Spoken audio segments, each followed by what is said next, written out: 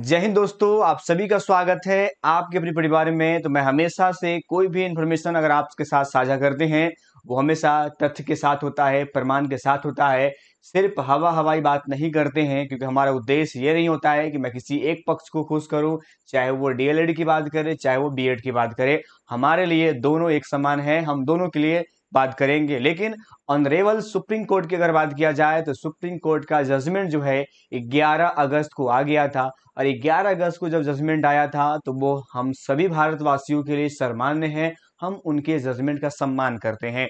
उसी परिस्थिति में आपने देखा होगा कि बहुत सारे जो यूट्यूबर है वो सिर्फ अपने व्यू पाने के लिए या खुद को कह सकते हैं कि बीएड अभ्यर्थियों की सहानुभूति प्राप्त करने के लिए वो तथ्य से विलग वो बातें करते हैं, जो कि बिल्कुल गलत है। क्योंकि सुप्रीम कोर्ट के आदेश का अवहेलना करना, उनके अगेंस्ट बातें करना, ये कह सकते हैं कि असंवैधानिक रहेगा। मैं आपको बताने वाला हूं कि अभी आपको पता है कि पीआरटी से बीएड वाले बाहर है। ये मैं नहीं कह रहा, ये सुप्रीम कोर्ट का जजमेंट। अगर मुझे आप गलत कह रहे हैं तो आप कमेंट में जरूर लिखिएगा कि सुप्रीम कोर्ट का जजमेंट गलत है, ये जरूर लिख दीजिएगा, ताकि आप मुझ पर नहीं बल्कि सुप्रीम कोर्ट पर आप ब्लेम करेंगे।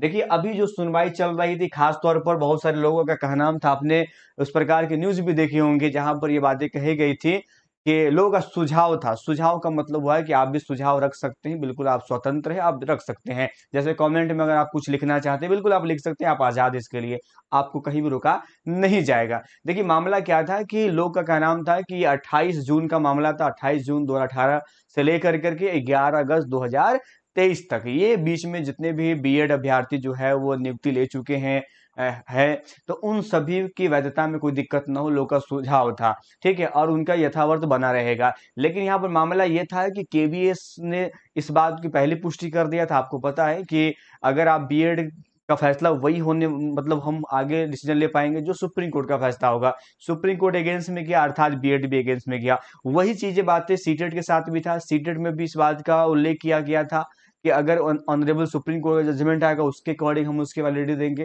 तो वो भी मामला आपके सामने आया, वो आप समझ गए, उसमें कोई संदेह नहीं है। अभी मामला आ रहा था, फिर से एक बात रखी गई थी, मैं आपको दिखाना चाहता हूँ।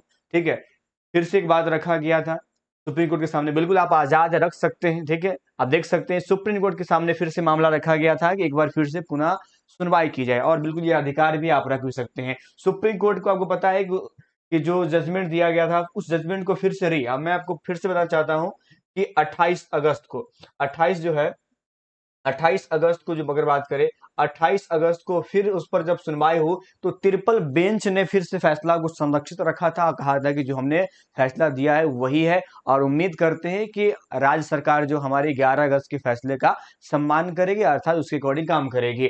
उसी करीब में है कि आज सुप्रीम कोर्ट में हुई सुनवाई बीएड को केवीएस पीआरटी में शामिल होने और रिजल्ट बीएड को भी देने को लेकर के ये सुनवाई रखी गई थी। ठीक है, बिल्कुल रख सकते हैं आप भी, है ना, सब स्वतंत्र है, क्योंकि आपका अधिकार है। सुनवाई के लिए यहाँ पर किया गया था कि बीएड के साथ में हमारा रिजल्ट जारी किया जाए।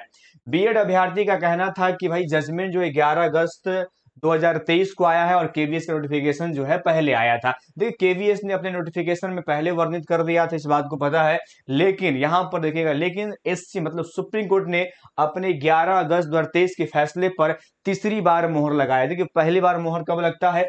11/8/2023 को लगता है। दूसरी बार मोहर कब लगता है? तो 28/8/2023 लगता है। और तीसरी मोहर कब लगता है? तो आज लगता है। आज क्या तारीख है? 4, यानी 4/9/2023 को तीसरी बार मोहर लगता है। यानी सुप्रीम कोर्ट जो है वो अपने फैसले पर अडिग है, क्योंकि इसमें लंबा हेयरिंग हुआ है। तर्क वितर्क जो लोग रख रहे हैं सिर्फ खुश करने के लिए, मैं बिल्कुल, आपको पता होना चाहिए कि एनसीईटी ने भी अभी तर्क रखे, उनके भी वकील काम किए। आप जो सिर्फ व्यू पाने के लिए, और वो फर्जी जो वकील है जिनको पता ही नहीं, भाई वकील अपने आप को कहते हैं, सुप्रीम कोर्ट के जजमेंट को आप नजरअंदाज कर उसके अगेंस्ट बोल रहे हैं, तो बिल्कुल स्वाभाविक सी बात है आपने वकील मतलब ऐसे ही बन गए होंगे, क्योंकि आपके पास तर्क नहीं है। क्योंकि जो जजमेंट दिया गया वो तर्क पर बेस दिया गया होगा, इसलिए, है कि नहीं। और सुप्रीम कोर्ट का फैसला सर्वमान्य होता है, इसके आगे कुछ भी नहीं है। हाँ, एक चीज है बीएड वालों के लिए कि अध्यादेश, तो अध्यादेश का मामला वो आपको पता है कि राज्य सरकार केंद्र सरकार बुलाती है, वो अलग मामला हो सकता है। लेकिन सुप्रीम कोर्ट का जजमेंट को आप